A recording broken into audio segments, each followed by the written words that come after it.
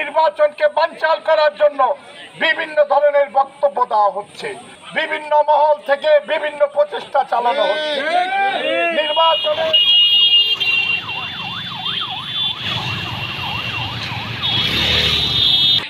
আপনারা জানেন এই 31 দফা আমাদের জাতির মুক্তির সনদ। বাংলাদেশের মানুষ কিভাবে চলবে, বিগত 16 বছরের যাতাকলে পিষ্ট হয়ে বাংলাদেশের মানুষের মতো এই এলাকার মানুষজন ছিল নিষ্পেষিত। আগামী নির্বাচন ফেব্রুয়ারি মাসে অনুষ্ঠিত হতে চলেছে। বিএনপি সরকার ক্ষমতায় আসলে দেশকে কিভাবে চালানো হবে এই সম্পর্কিত বিবরণ এই লিফলেটের মাধ্যমে দেওয়া আছে।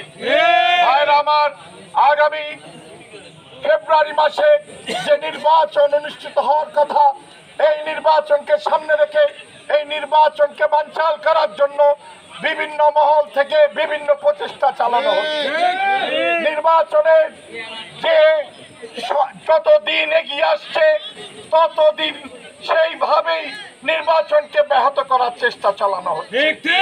একটি রাজনৈতিক দলের পক্ষ থেকে এই নির্বাচনকে বানচাল করার জন্য বিভিন্ন ধরনের বক্তব্য দেওয়া হচ্ছে। কোন সময় বলা হচ্ছে নির্বাচন এখন না, কোন সময় বলা হচ্ছে যেন তেন নির্বাচন চাই না, কোন সময় বলা হচ্ছে যে অমুক মার্কায় ভোট দিলে আওয়ামী লীগকে মাফ করে দিয়েছি। ভাইয়ের আমার, 5ই আগস্টের ছাত্র জনতার গণ অভ্যুত্থান ছিল 16 বছরের যাতাকলে পিষ্ট হওয়ার বিপরীতে একটি গণ অভ্যুত্থান। এই গণ অভ্যুত্থান ছিল আওয়ামী জালেম বাহিনীর বিরুদ্ধে গণ অভ্যুত্থান।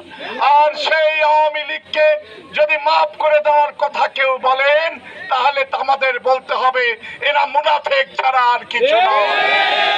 আওয়ামী লীগকে ক্ষমা করার সাহস আপনাদের নাই, আপনাদের সামর্থ্য নাই এবং আপনারা করার ক্ষমতা রাখেন না।